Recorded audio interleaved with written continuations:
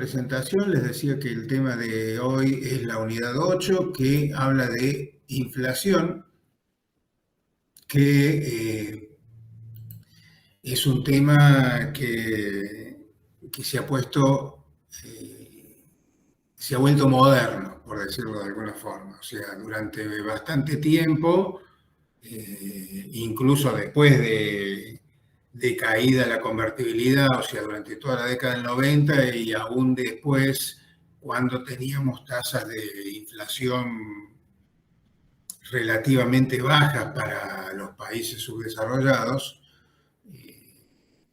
no era un tema que fuera tan relevante. Bueno, ha adquirido relevancia por la situación actual que estamos viviendo, particularmente en todo el mundo, a partir de la pandemia y de la guerra, que se ha relanzado los procesos inflacionarios en muchas economías.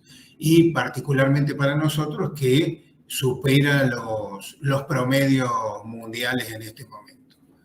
¿Qué vamos a ver? Bueno, los conceptos, las causas y consecuencias de la inflación. Veremos enfoques monetarios y no monetarios que tratan de explicarla. Vamos a ver la relación que hay entre el crecimiento de la producción, el aumento en la cantidad de dinero y la tasa de inflación. Vamos a ver la relación que hay entre inflación y tipos de interés, la relación que existe entre inflación y déficit fiscal, más allá de que lo vamos viendo con antelación, digamos, cuando vemos los enfoques monetarios de inflación, y el financiamiento del déficit a través de la emisión monetaria y el señoreaje. Y hay un par de puntos más que, bueno, son los que al final le vamos a decir que tomen como lectura del día, de la clase de los días jueves. Bueno, la inflación entonces es, como ustedes ya saben, el aumento sostenido, persistente del nivel general de precios de la economía. La tasa de inflación es lo que refleja qué tanto aumenta el nivel general de precios. Y esa tasa de inflación, como estamos viendo, que denominamos PI, se calcula como los precios de un periodo menos los precios del periodo anterior sobre los precios de ese periodo anterior por 100.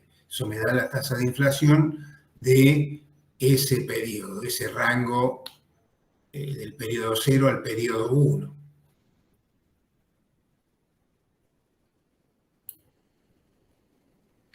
Causas y consecuencias.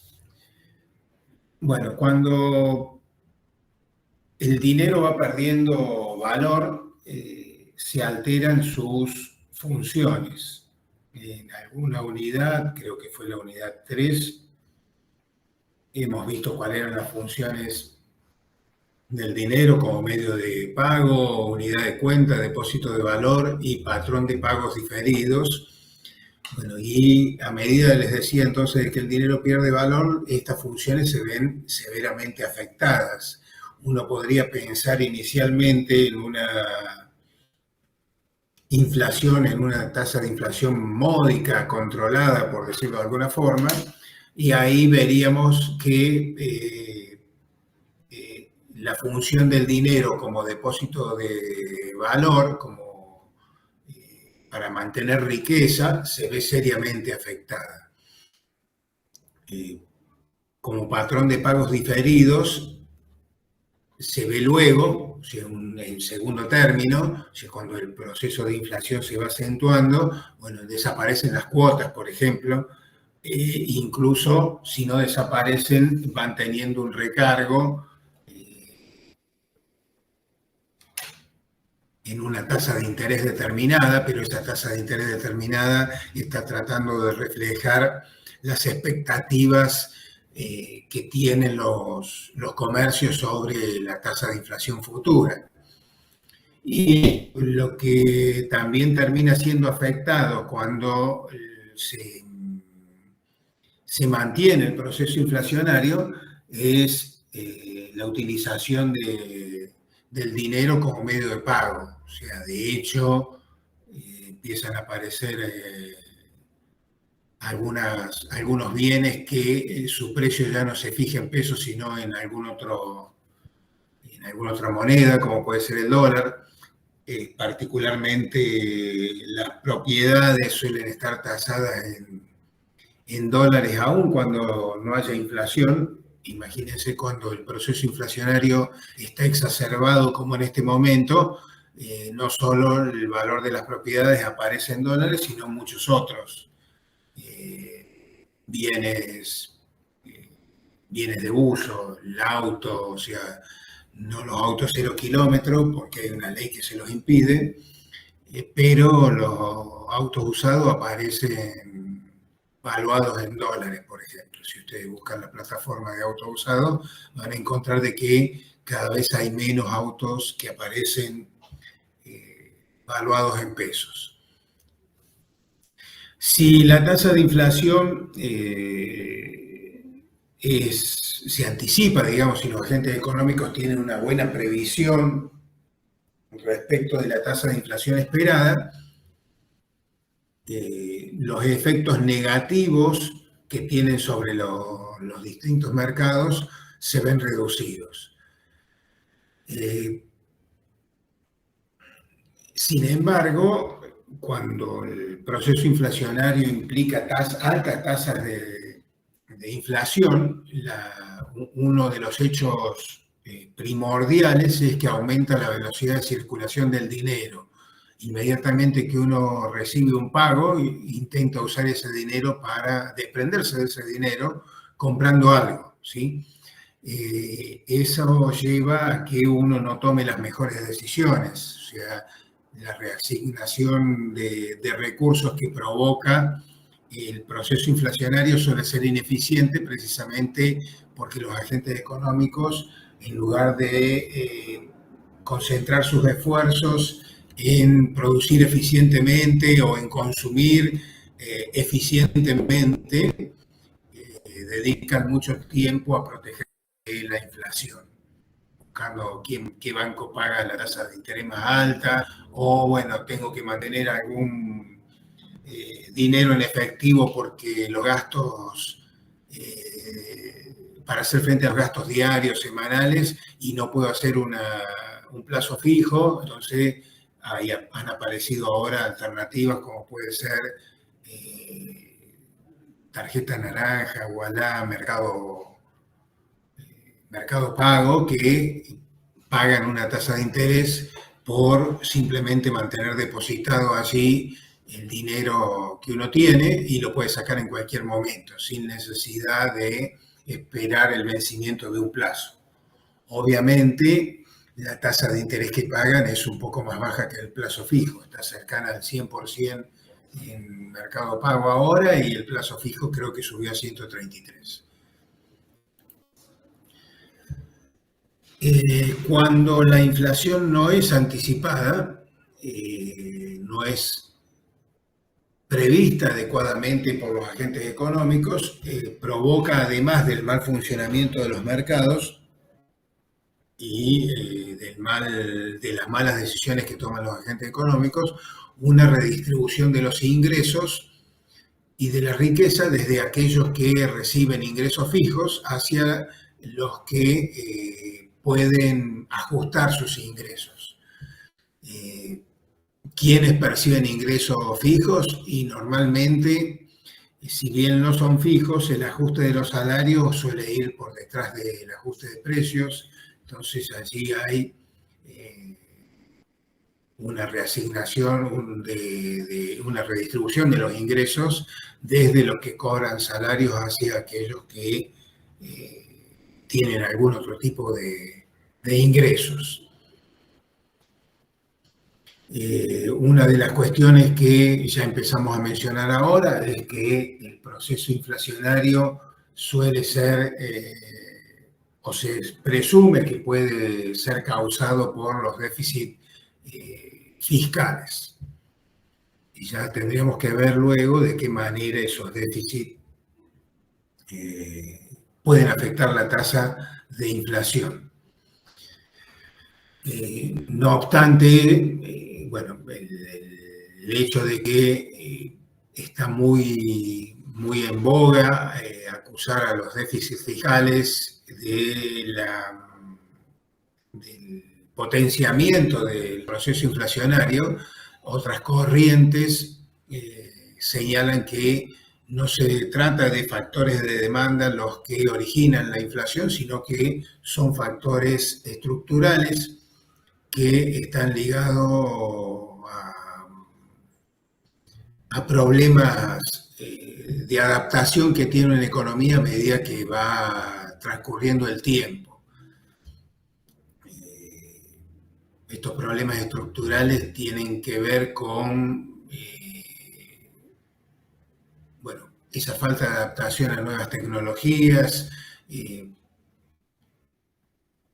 la coexistencia de un sector de bienes no transables que se producen internamente dentro del país y que no se comercializan internacionalmente, que produce con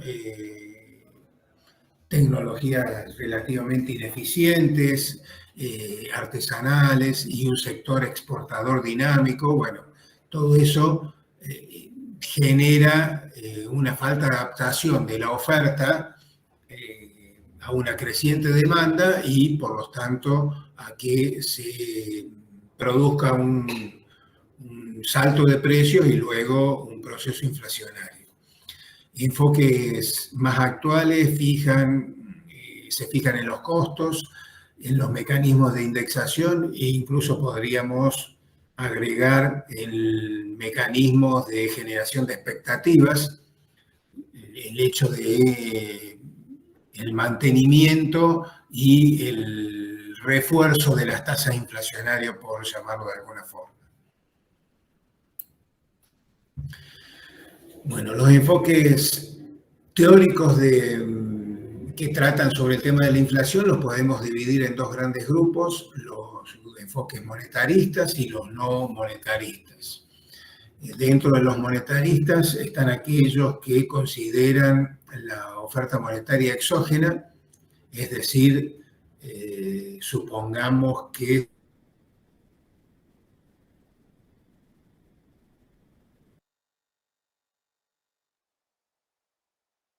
se pretenda, como hemos visto en el capítulo de las políticas que se podía utilizar, era la política monetaria expansiva.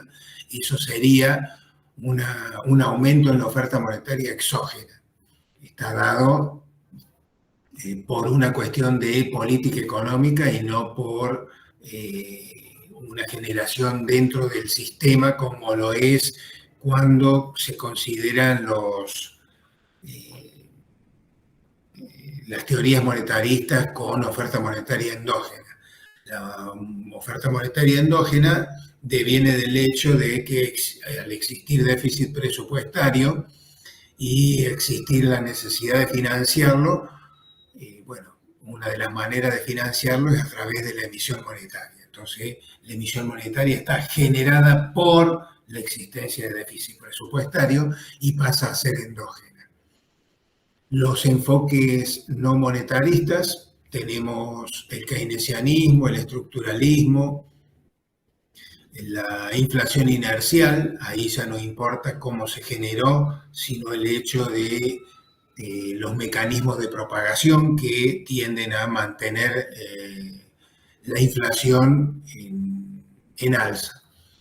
Los enfoques distributivos y de pelea por la distribución del ingreso, que tampoco suelen ser el inicio del proceso inflacionario, sino que suelen estar más en el mantenimiento, en la inercia del proceso inflacionario. O sea, es difícil que se produzca una disputa distributiva, por ejemplo, entre asalariados y empresarios, sin que haya habido alguna inflación previa, ¿sí? De la cual los asalariados tratan de resarcirse, piden aumento de sueldo, luego los empresarios tratan de recuperar su pérdida de beneficios por haber aumentado salario y aumentan los precios, trasladan ese aumento de salario al aumento de precios y así sucesivamente.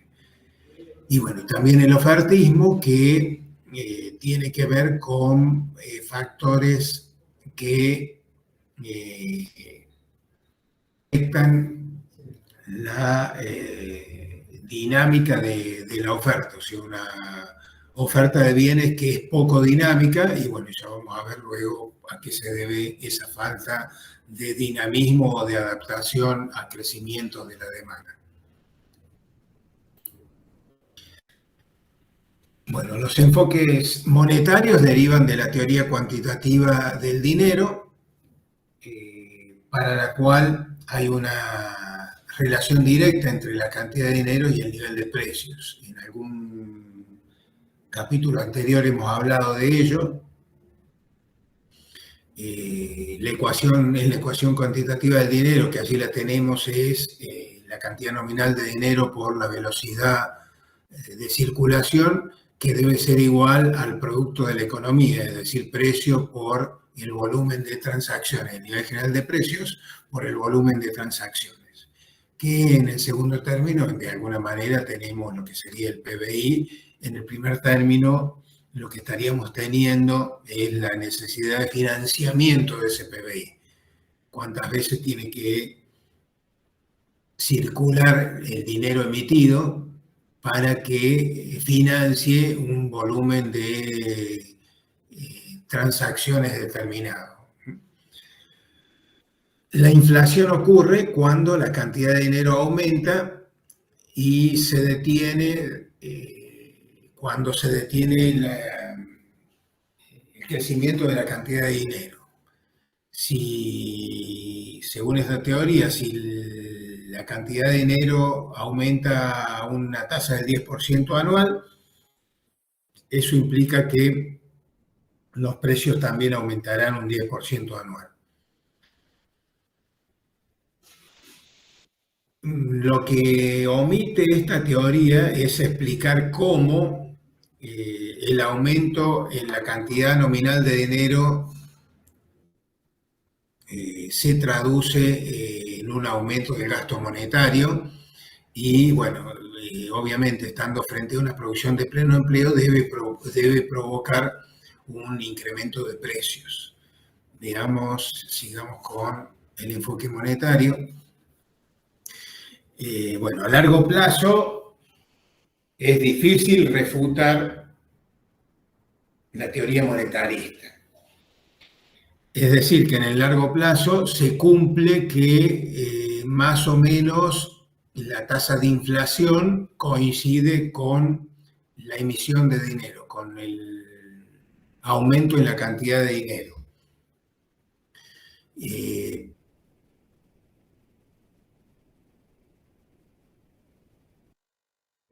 No así a corto plazo, o sea, esta relación entre la cantidad nominal de dinero, entre el aumento en la cantidad nominal de dinero y el aumento en la tasa de inflación, el aumento en los precios. ¿Qué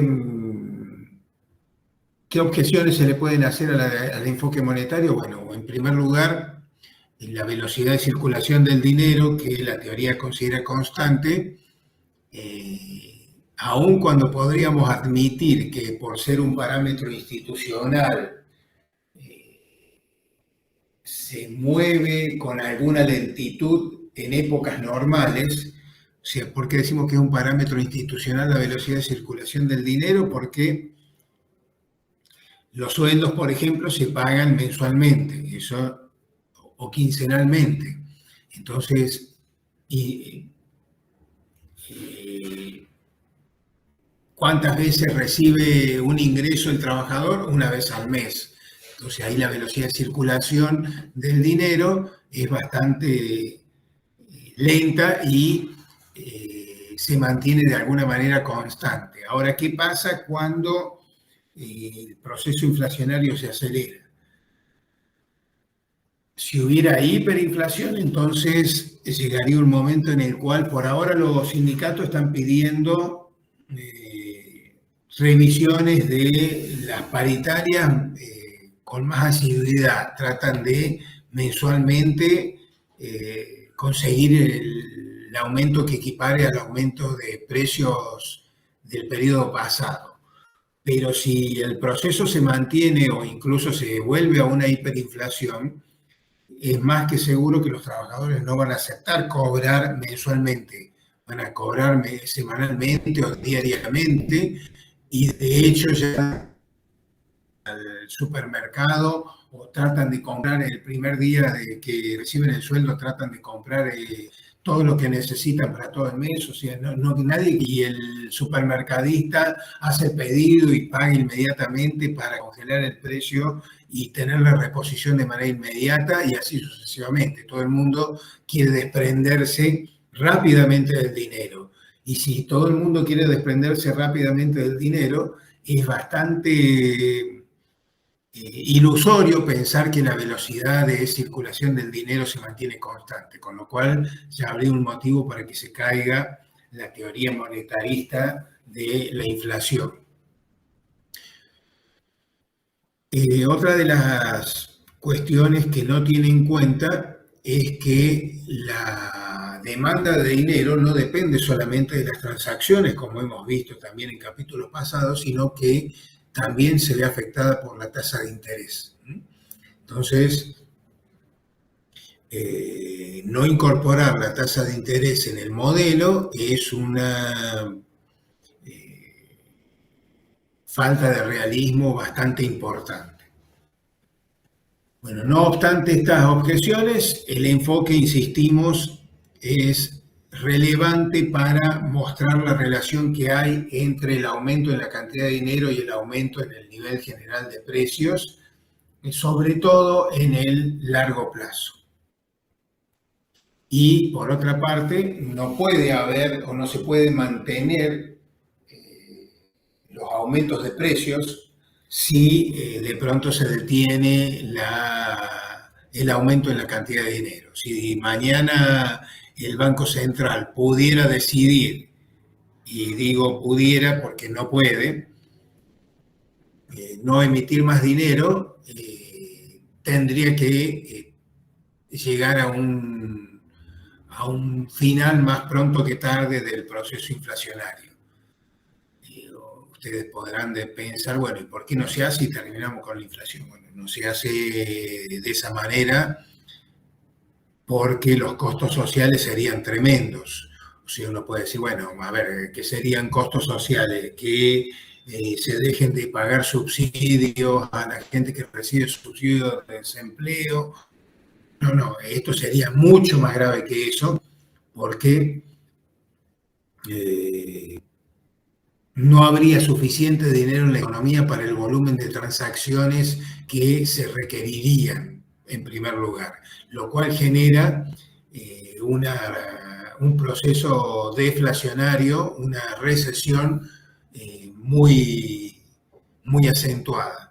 Una recesión muy acentuada implica altas tasas de desocupación que pasarían a ser monstruosas, inaceptables socialmente, y ese es el principal motivo por el cual no es posible detener la emisión monetaria de un día para el otro o de un momento para el otro. Se requiere de un plan antiinflacionario y se requiere de algún gradualismo para proceder de esa manera. Bien. Decíamos también que hay enfoques de conflicto distributivo. Esto tiene que ver sobre todo por la puja, e insisto, una vez que el proceso inflacionario ya ha comenzado, por la puja entre asalariados y empresarios, entre salarios y márgenes de beneficios. Y también hay un problema con el gasto público, porque el gasto público de alguna manera también es un reflejo de la pelea distributiva que se produce en la sociedad. El Estado realiza un gasto a los efectos de satisfacer determinadas necesidades que la sociedad cree que son necesarias, ¿sí? Educación, salud, etcétera. Y por otra parte, ese nivel de gasto público que puede aparecer como elevado, se requiere de financiarse de alguna forma. La manera no inflacionaria de financiarlo es a través del cobro de impuestos. Sabemos que el cobro de impuestos genera resistencia, lo vemos todos los días, incluso en esta campaña electoral, algunos que hablan de la alta carga impositiva que hay en la sociedad argentina, lo cual no es cierto, y esto no es una apreciación ideológica, no es cierto porque las bases de datos, las estadísticas muestran que no es cierto. El nivel, la presión impositiva que existe en Argentina está muy por debajo de la de los países centrales, pero muy por debajo de los países centrales. Por supuesto, algunos dirán, bueno, no, es que tampoco se puede tributar como en los países centrales porque el gobierno no hace nada. Y ahí tenemos la cuestión de qué es primero, si el huevo o la gallina. El gobierno o los gobiernos no hacen nada, entre comillas, lo correcto sería decir no hacen lo suficiente para lo que yo estoy pudiendo apreciar. Y lo otro es decir, invertir el orden y decir, bueno, no hace nada porque no tiene los ingresos suficientes, porque la gente no paga los impuestos, porque somos maestros en evadir impuestos, ¿sí? O sea que aparte de que la carga teórica impositiva está por debajo de la de los países centrales, la carga real está muy por debajo de los países centrales e incluso muy por debajo de muchos países que se encuentran, digamos, en el mismo grupo nuestro, países, llamémosles, en desarrollo, si queremos ponerlo el nombre. Bueno, otro de los puntos que puede generar disputas por el ingreso es lo que se denomina inflación de costos. Esta inflación de costos normalmente suele desencadenarse por una devaluación de la moneda nacional. Entonces, cuando el gobierno dice ahora de que la devaluación que tuvo que hacer para poder acordar con el Fondo Monetario Internacional fue lo que originó este último salto inflacionario, es probable que sea cierto. Más allá de que uno puede apreciar que no hay un plan antiinflacionario, no podría verlo en una etapa preelectoral, es de suponer que posterior a las elecciones sí lo haya, independientemente de quién sea el ganador. O sea, el proceso inflacionario ha llegado a un punto en el cual sí o sí debe ser controlado y seguramente va a aparecer algún plan antiinflacionario,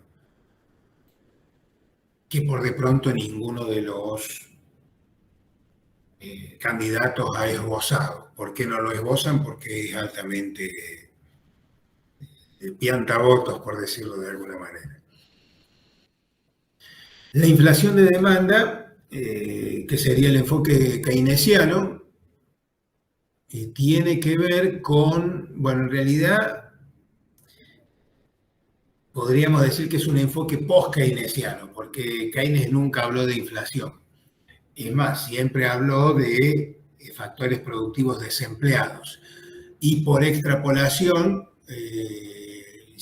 puede llegar un momento en el cual no haya factores productivos desempleados, es decir, que estemos en pleno empleo y que se produzca un aumento de la demanda. Ya sea que aumente el consumo, que aumente la inversión, que aumente el gasto público o que aumenten las exportaciones, hay un aumento de la demanda, de los bienes que producimos nosotros. Y ante la existencia de pleno empleo, obviamente la producción no puede aumentar y por lo tanto el mecanismo de ajuste necesariamente pasan a ser los precios. Es decir que si se mantiene los sucesivos aumentos de la demanda agregada, que no pueden ser atendidos por aumentos correspondientes de la oferta porque estamos en pleno empleo, se puede desatar o se desata un proceso inflacionario. Atención acá que estamos hablando de un aumento en la demanda que no tiene o que no está ligado a un aumento en la cantidad de dinero en la economía. Es decir, que el aumento en la demanda está precediendo a lo que pueda suceder después en el mercado monetario. Y esto para diferenciarlo precisamente de los enfoques monetaristas, que ponen por delante la existencia del aumento en la cantidad de dinero. Acá hay un aumento en la demanda que no se debe o que no surge del hecho de que haya aumentado la cantidad de dinero.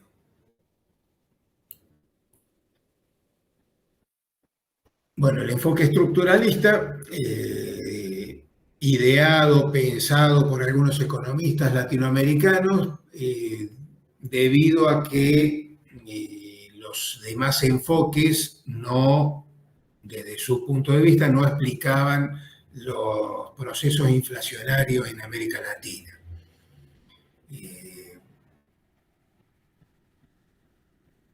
No estábamos en pleno empleo, por ejemplo, y no se explica un proceso inflacionario por un aumento en la demanda agregada. Hubo disciplina monetaria durante mucho tiempo en varias de las economías y el proceso inflacionario siguió en aumento. O, por ejemplo, el caso inverso, hubo emisión monetaria, a pesar de lo que uno pueda pensar como contrario durante la convertibilidad. Sin embargo, ese aumento en la emisión monetaria no se reflejó en aumentos en la tasa de inflación. Es decir, que hay otros factores que están afectando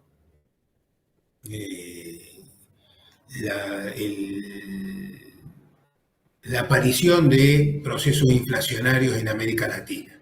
Y esos factores son los que tienen que ver con rigideces estructurales por el lado de la oferta, la falta de adaptación de la oferta a cambios que se van produciendo en la demanda que no necesariamente implican un aumento de la demanda global, ¿sí? Bueno, estos cambios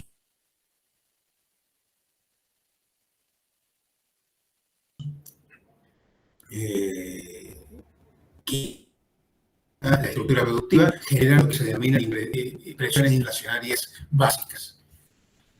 Estas presiones inflacionarias básicas son la inflexibilidad de los precios a la baja. Esto tiene que ver con, por ejemplo, lo que sería de esperar en un mercado donde la demanda del bien cae, es que los precios en ese mercado bajan. Sin embargo, los precios no bajan, son inflexibles a la baja, provocando que el reacomodamiento de precios relativos se tenga que producir hacia arriba, no hacia abajo, en el cual algunos precios bajan y algunos precios suben. Bueno, acá todos los precios suben.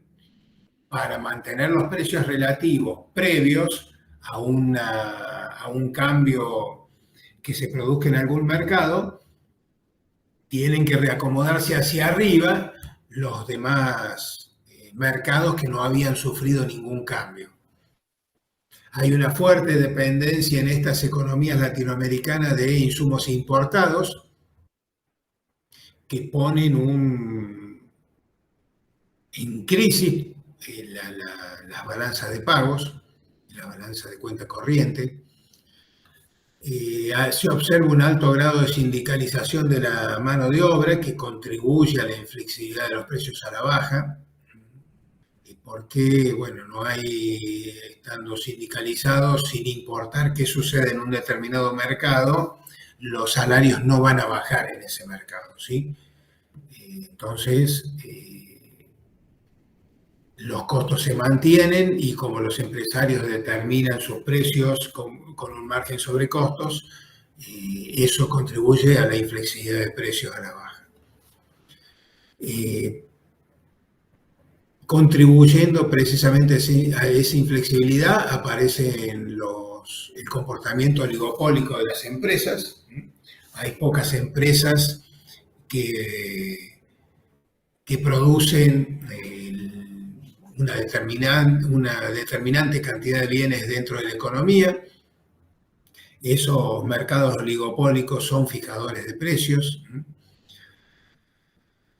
Los procesos inflacionarios llevan a una desconfianza en la moneda local y, bueno, obviamente eso también contribuye a poner presión sobre el tipo de cambio y las devaluaciones que se generan se traducen en aumento de costos y en aumento de precios. En cuanto a la parte más real de la economía de estos países latinoamericanos, hay una baja tasa de ahorro y por lo tanto la tasa de formación de capital también es baja. Es decir, la inversión, el nivel de inversión es bajo. Y por otro lado tenemos los mecanismos de indexación que se fueron generando a partir de que se mantiene un proceso inflacionario. Entonces aparecen los mecanismos de indexación de los salarios, los mecanismos de indexación de los alquileres, etcétera, que contribuyen a mantener el proceso inflacionario. Bueno, todas las teorías que hemos señalado de alguna manera contribuyen a explicar el proceso inflacionario. Para salir de este proceso inflacionario, cuando ya se ha mantenido a través del tiempo y cuando se ha acentuado como en la economía argentina, necesariamente, como les decía, hace falta un plan antiinflacionario. Posiblemente el principal problema para resolver en Argentina a los efectos de controlar la inflación pasan hoy por controlar la emisión monetaria, hecho que no es fácil si generar una recesión monstruosa. El tema a resolver es cómo dejar de pagar, cómo el Banco Central deja de pagar intereses sobre las famosas LELIQ, sobre las letras que están financiado en algún momento a la tesorería de la nación y que se ha hecho una bola de nieve. Aun cuando a partir de mañana el gobierno decidiera no gastar más de los ingresos que tiene, es decir, equilibrar su presupuesto, impuestos iguales a gasto, el problema de la emisión monetaria no estaría resuelto, porque hay una emisión muy alta, monstruosa, para pagar los intereses que genera la deuda contraída anteriormente a través de estas LELIQ. Entonces, sin solución para eso no puede haber solución para el problema inflacionario argentino. Si se soluciona el problema de las LELIQ, podemos empezar a hablar de tener un plan relativamente exitoso, un plan antiinflacionario relativamente exitoso. Pero si no dicen qué van a hacer con eso, no hay no se trata de un plan factible. De hecho, lo que se está diciendo, porque antes de que me lo pregunten, lo que se está diciendo sobre dolarización, sobre bimonetarismo, etcétera, ninguna de las dos cosas soluciona el problema que tenemos hoy de emisión monetaria. Hay que presentar un programa antiinflacionario completo y responsable donde, si quieren dolarización, expliquen de qué manera y cómo va a jugar en el resto del programa antiinflacionario, y lo mismo con el bimonetarismo o lo mismo con el esquema actual en el cual no hay una aceptación de la moneda propia, o sea, todos estamos pendientes de cuánto vale la moneda extranjera. Entonces, para el gobierno y candidato oficialista, el principal problema es cómo generar confianza en la moneda local y meterlo dentro de un programa de antiinflacionario. Y para los otros es crear un programa antiinflacionario en el cual esos aditamentos de dolarización o bimonetarismo conjuguen de manera apropiada y no se vuelvan en contra o un boomerang de la inflación que se pretendería controlar.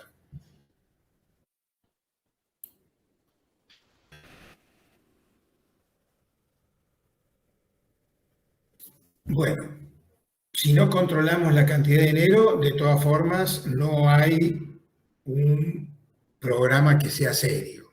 Más allá de eso, sí, en el mediano o largo plazo uno puede propiciar políticas que propendan a aumentar la oferta agregada de la economía, ya sea otorgando subsidios a la producción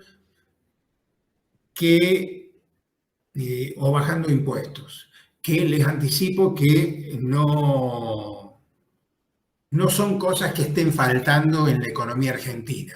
Subsidios a la producción y baja de impuestos a determinada producción hay y desde hace mucho tiempo. Si están bien o están mal, habrá que verlo en el marco de un programa serio, pero que existen, existen. Es más, lo que se subsidia a la producción es mucho más que lo que se subsidia al consumo a través de los planes sociales, etcétera. Aun cuando no tiene la prensa que tienen los subsidios que recibe el consumo, ¿sí? Obviamente porque están direccionados están direccionados ideológicamente hacia un determinado lugar. Por eso no se muestran todos los subsidios que reciben la producción, que reciben las empresas.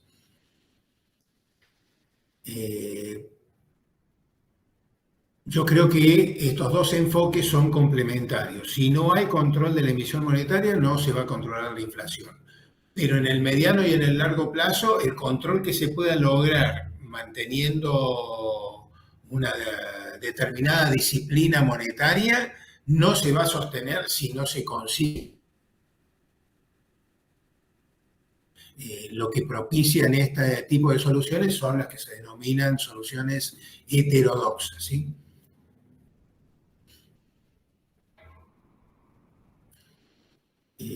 Quizás el principal problema para emprender cualquier programa antiinflacionario es lograr el consenso necesario para que se pueda implementar. Si no hay un alto consenso sobre un plan antiinflacionario, no se va a poder llevar adelante, no importa quién sea el que lo pretenda llevar. Bueno, vamos a empezar a ver ahora entonces, salimos de la parte de las teorías que intentan explicar el proceso inflacionario y cómo controlarlo, a la relación que hay entre inflación y déficit fiscal. Una de las hipótesis monetaristas dice, la endógena, dice que la inflación suele producirse cuando el Estado financia su déficit con emisión de dinero. No obstante, como también hemos señalado, se puede invertir la causalidad. Uno puede pensar que la emisión de dinero viene a posteriori de que ha habido un aumento en el déficit público, en el gasto público, porque los precios aumentaron. O sea, no es que el Estado decidió gastar más, hacer más cosas, otorgar más subsidios, sino que los precios aumentaron y por lo tanto la misma autopista, el mismo puente, lo tiene que pagar más caro. Y en eso es relevante lo que posiblemente hayan visto en principio de estructura, el efecto Libera-Tanzi, que es ante presencia de inflación, el Estado tiene que pagar el gasto que realiza hoy con los impuestos que recauda sobre la base imponible del mes pasado, ¿sí? O del periodo anterior. Entonces, el mes pasado que no había aumento de precio o que no estaba registrándose el aumento de precio que se está produciendo hoy, obviamente el nivel de precio era más bajo y por lo tanto las ventas eran menores y por lo tanto la recaudación de impuestos sobre esas ventas o sobre esa actividad económica era menor.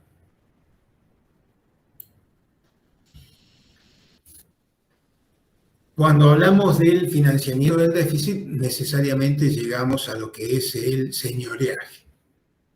El déficit fiscal, hemos dicho que se puede financiar por aumento de impuestos, por préstamos o por emisión monetaria.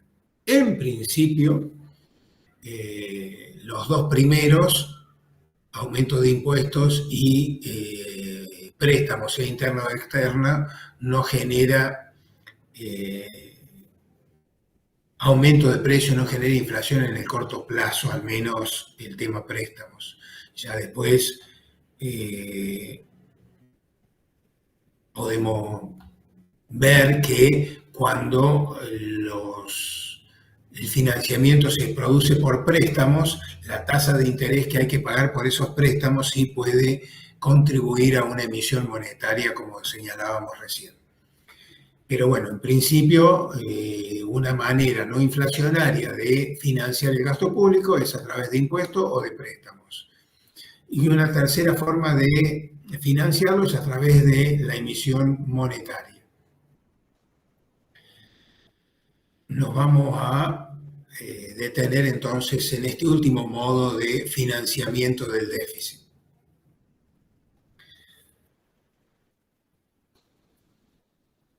Bueno, vamos a suponer entonces que el déficit se financia totalmente con emisión monetaria y por lo tanto tenemos que conocer cuál es la tasa de crecimiento del dinero, de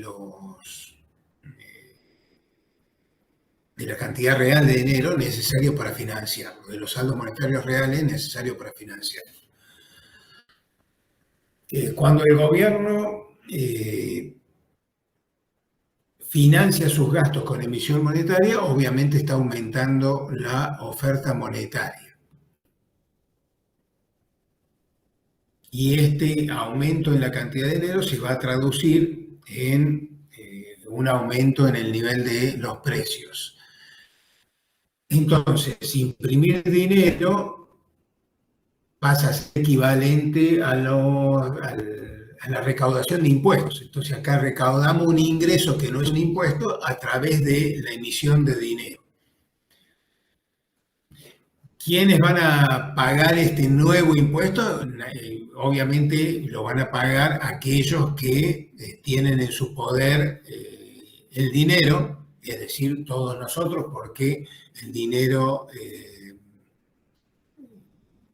tiene circulación legal, o sea, todo se maneja, todos utilizamos dinero, cobramos sueldos en dinero, compramos en el súper en dinero, en pesos, y por lo tanto todos tenemos pesos. A todos los que tenemos pesos, entonces, nos va a agravar esa alícuota impositiva que está dada por la emisión monetaria. Y nuestra base imponible es la cantidad de dinero que tengamos. Mientras más dinero tengamos en el bolsillo, mayor va a ser la pérdida, que se va a reflejar, o sea, no es que me van a sacar plata del bolsillo, se va a reflejar cuando yo vaya al súper y compre menos cosas de las que compraba el día anterior o el mes anterior.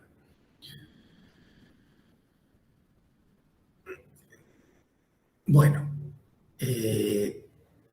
si el gobierno entonces emite dinero para financiar el déficit, el aumento en los precios que sigue esa emisión reduce, como hemos dicho, el valor del dinero y lo reduce en la cuantía de la tasa de inflación.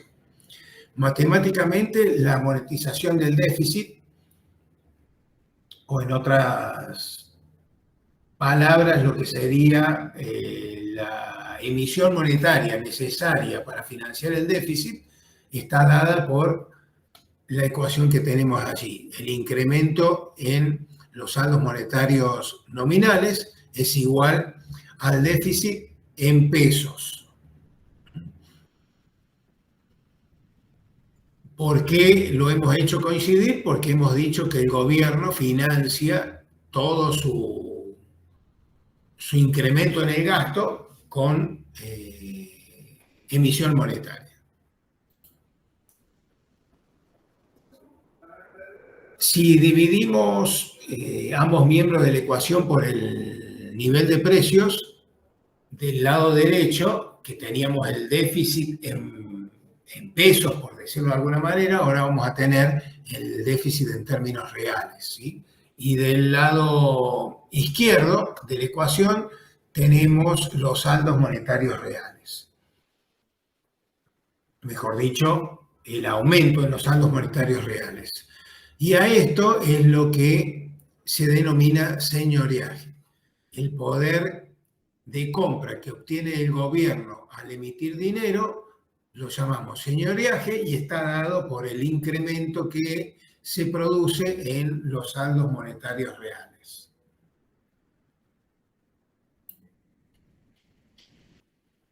Si lo que vamos a hacer ahora es una argucia matemática para obtener una ecuación más que nos explique de mejor manera esto del señoreaje. Multiplicamos numerador y denominador por M, por los saldos monetarios nominales, y reacomodando nos va a quedar que acá arriba tienen ustedes, por si no recuerdan, la ecuación del señoreaje, y acá abajo la conversión cuando multiplicamos numerador y denominador por M y lo reacomodamos, ¿sí? De manera tal de que el señoreaje termina siendo el aumento en la cantidad de dinero sobre la cantidad nominal de dinero por los saldos monetarios reales. Entonces, crecimiento del dinero, en definitiva, por saldos monetarios reales. Señoreaje, resumiendo, igual a crecimiento del dinero que está dado por delta M sobre M, por los saldos reales que está dado por M sobre P.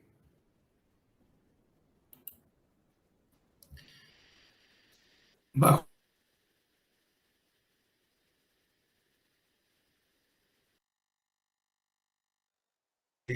se cumple lo que establecía la... Por lo tanto, el crecimiento del dinero termina siendo igual a la tasa de inflación. Entonces, delta M sobre M, crecimiento del dinero, igual a pi, tasa de inflación. Reemplazamos en la ecuación de señoreaje y nos queda algo mucho más sencillo de entender, que el señoreaje es la tasa de inflación por los saldos monetarios reales. Es decir, el señoreaje es el impuesto, la tasa inflacionaria por la base imponible, que es la cantidad de dinero real que existe en la economía, que es lo que veníamos diciendo o dijimos hace un ratito. Se perjudican con la emisión monetaria, que termina siendo igual a la tasa de inflación, se perjudican o nos perjudicamos todos aquellos que mantenemos dinero en efectivo. Inflación y tipos de interés. Bueno, lo que es importante en economía es la parte real. Nosotros hemos hablado tanto del interés nominal como del interés real. La tasa de interés real es igual a la tasa de interés nominal menos la tasa de inflación, suponiendo que la tasa de inflación esperada es igual a la tasa de inflación efectiva.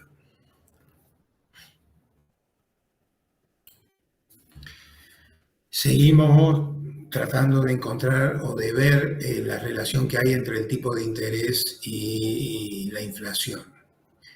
Decíamos que la tasa de interés real era la tasa de interés nominal menos la tasa de inflación. Podemos despejar la tasa de interés nominal y veríamos que es igual a la tasa de interés real más la tasa de inflación. Esta manera de presentarlo es lo que se denomina ecuación de Fisher, que es la que permite ver que la tasa de interés nominal puede cambiar no solo cuando cambia la tasa de interés real, sino también cuando cambia la tasa de inflación. Y de alguna manera práctica de verlo es, si bien no aplica el 100% de lo que sucede con la inflación, cuando el Banco Central fija la tasa de interés de los plazos fijos, si ha vuelto a aumentar, ha aumentado la tasa nominal, no porque haya aumentado la tasa real de interés, sino porque aumentó la tasa de inflación. A los efectos de que los depósitos se sigan manteniendo en el banco, tiene que equiparar el rendimiento que da el plazo fijo con el rendimiento, entre comillas, que da comprar bienes para evitar que nos golpee la inflación. Comprar bienes o comprar alguna otra alternativa, como puede ser moneda extranjera o algún tipo de bono.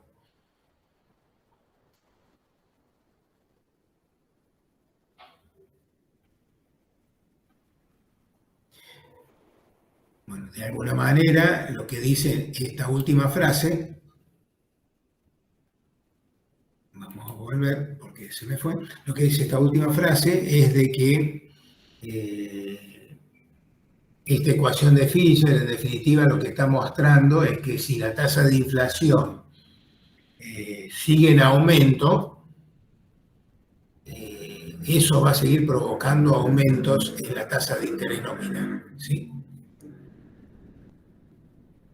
Esperemos que no.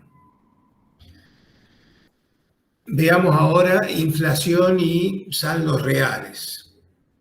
¿De qué depende la cantidad de dinero que desean mantener los individuos? Bueno, cuando vimos la LM, vimos que los saldos reales eran igual a la demanda de dinero, así que dependía del nivel de producción y de la tasa de interés nominal. Ahora podemos reemplazar la tasa de interés nominal por su igual, que lo tenemos acá arriba, R más la tasa de inflación. ¿Para qué hacemos eso? Para poder introducir dentro de esta ecuación que pretende mostrar de qué depende la demanda de saldos reales, para poder ver cómo afecta la inflación esa demanda de saldos reales.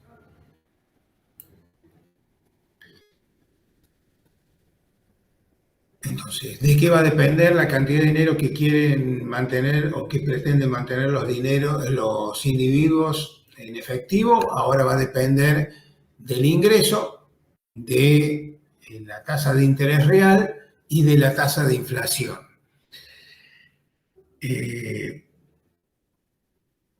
Uno puede pensar que la economía está en el pleno empleo o que sin estar en el pleno empleo no hay demasiados incentivos a que la producción cambie al menos rápidamente en el corto plazo. Tampoco es de esperar que cambie la tasa de interés real y por lo tanto lo mantenemos constante, como lo tenemos allí con la barrita encima de Y y de R. Los saldos reales están dependiendo entonces fundamentalmente de la tasa de inflación.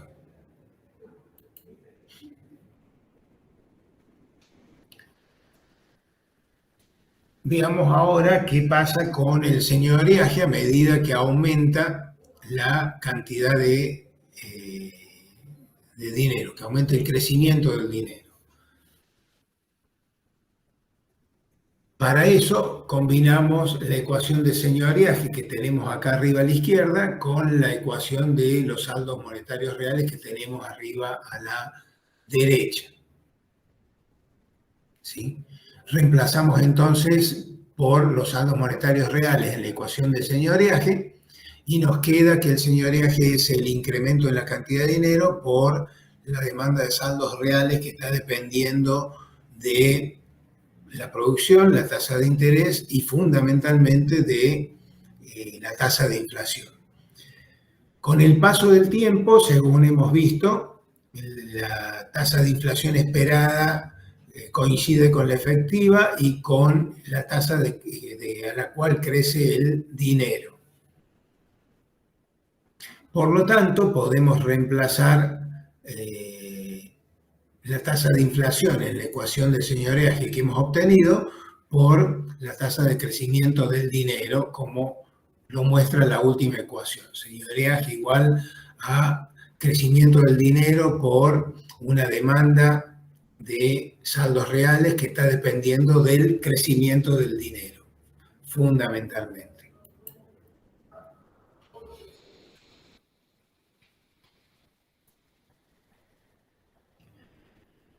A medida que aumenta la tasa de crecimiento del dinero, que es el primer factor del segundo miembro, los saldos reales disminuyen. ¿Por qué?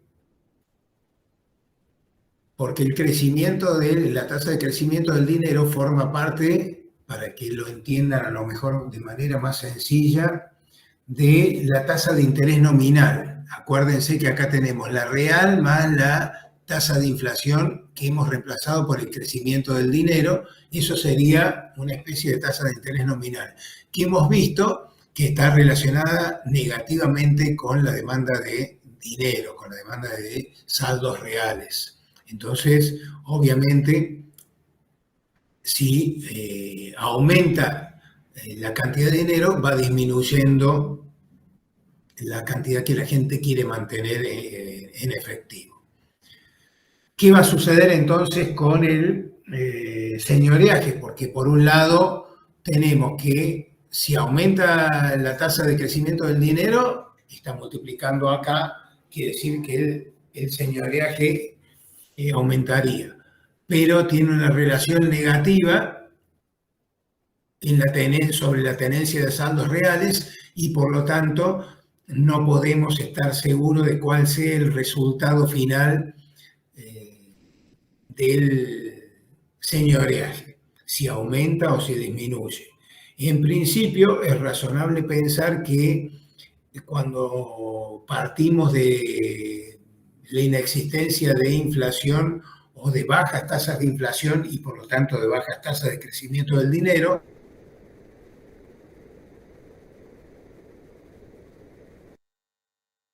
a medida que la tasa de crecimiento del dinero aumenta, el punto en el cual deja de crecer y a partir del mismo cualquier aumento en la tasa de crecimiento del dinero lleva a una disminución del señoreaje porque afecta en mayor medida la tenencia de saldos reales, de saldos monetarios reales, por la relación inversa que tiene con la tasa de crecimiento del dinero. Y tenemos algo así como una curva de Laffer, que es la que mostraba la relación entre las alícuotas impositivas y la recaudación. Bueno, acá es más o menos lo mismo. A medida que aumentan las tasas de crecimiento del dinero, aumenta la recaudación por señoreaje hasta que se alcanza un máximo, y a partir del mismo, cualquier aumento adicional en la emisión monetaria produce una disminución del señoreaje a través de su efecto negativo sobre la tenencia de saldos reales.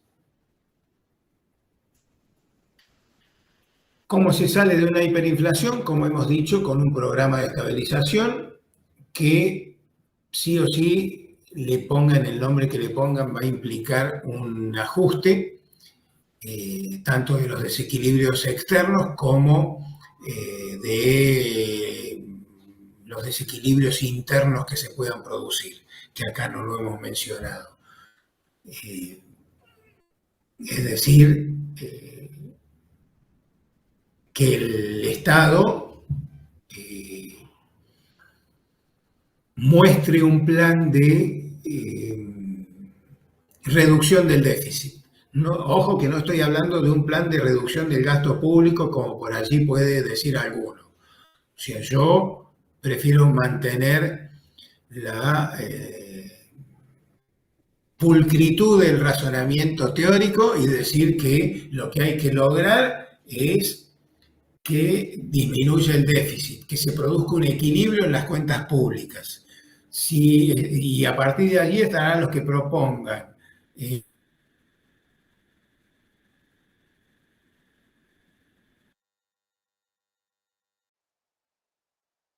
lograrlo reduciendo gastos y los que propongan la capacidad de pago. Y no como había venido sucediendo hasta ahora, de que lo que más recauda es el IVA, que es el impuesto que se paga sobre el consumo, por decirlo de alguna forma, y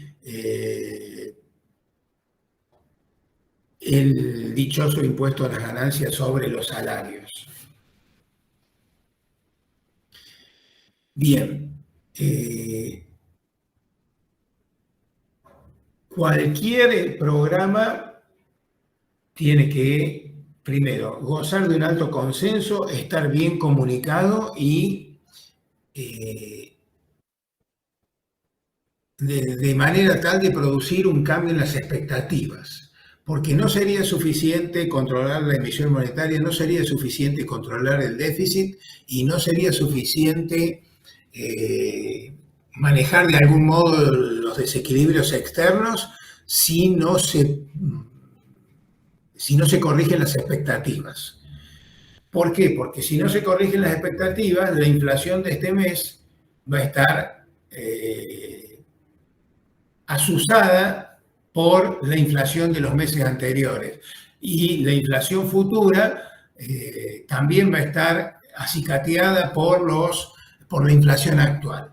Entonces, ¿qué hay que hacer? Romper con esa inercia en las expectativas, de que a partir de que uno pone en marcha el plan, la expectativa que tengan los agentes económicos cambia de tal modo de decir, bueno, la inflación del mes que viene va a ser no del 12 como este mes, sino del 9. La de diciembre va a ser del 7 o del 9, porque bueno, a fin de año siempre aumenta. Y a partir de allí empieza a bajar un medio punto por mes o medio punto cada trimestralmente, etcétera. Que haya una renovación de las expectativas en el sentido de esperar que la inflación baje. Si eso no se revierte, es poco probable que cualquier plan dé resultado y fracase en el corto plazo. Entonces, allí tenemos lo que les decía recién, una reforma fiscal, disciplina monetaria, política de ingresos que trate de ponerle un tope a la fijación de precios y salarios y de modo tal de que se rompan con las expectativas inflacionarias.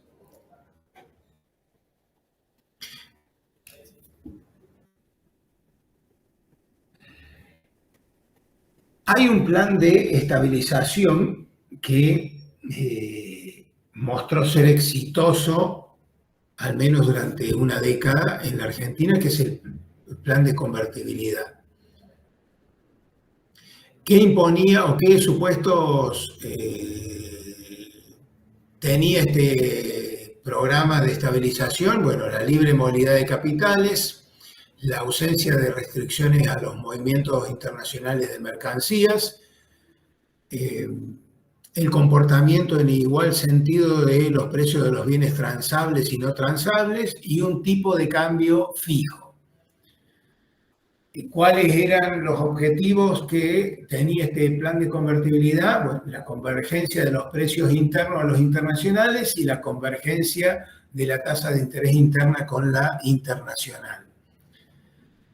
Les decía de que fue un programa relativamente exitoso, pero posiblemente con fecha de caducidad. Requería por debajo que hubiera cambios estructurales profundos, que no los hubo. No los hubo en el sentido, en la línea necesaria para terminar definitivamente con los procesos inflacionarios. Sí hubo cambios estructurales, hubo una modernización del aparato productivo muy grande que generó un desempleo importante. El desempleo que generó motivó caída en los salarios reales y por lo tanto menor presión sobre los costos y menor presión sobre los precios. El mantenimiento de un tipo de cambio fijo también ayudó a que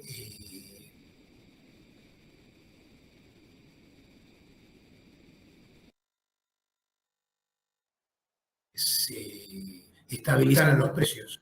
En el periodo la inflación estuvo por debajo de la emisión monetaria. ¿Qué es necesario remarcar en este punto? Es que uno de los supuestos en los que se basó el tipo de cambio fijo implicó que no se podía tener una política monetaria independiente. Es decir, cuando uno establece el tipo de cambio fijo, tiene que hacer lo necesario para que ese tipo de cambio se mantenga y por lo tanto no controla la cantidad de dinero en la economía. Tampoco hubo una total convergencia ni de los precios internos a los internacionales y mucho menos de la tasa de interés interna a la internacional. De hecho, capitales que ingresaron en ese periodo lo hacían por la diferencial de tasas de interés que existía. Y de alguna manera contribuyeron durante bastante tiempo a estabilizar el balance de pagos. Bueno, acá empieza lo que tienen que ver ustedes para el día jueves, la parte de las ecuaciones del programa de convertibilidad. A los efectos, a ver, no es que vamos a tomar esas ecuaciones, no se asusten, a los efectos de entender en qué consistió, que en definitiva, en resumen, es lo que yo le acabo de decir. Pero en términos prácticos, ustedes pueden ver después lo que hay detrás de esta expresión que intenta mostrar el ajuste del balance de pagos, ¿sí? Eso es lo que van a ver ustedes entonces para el día jueves. El día viernes en el práctico van a ver algunos ejercicios muy sencillos que hay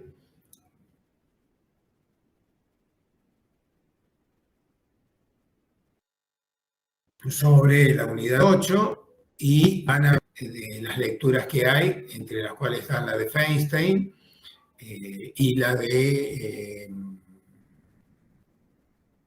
Olivera. Bueno, a ver, vamos a dejar de compartir así.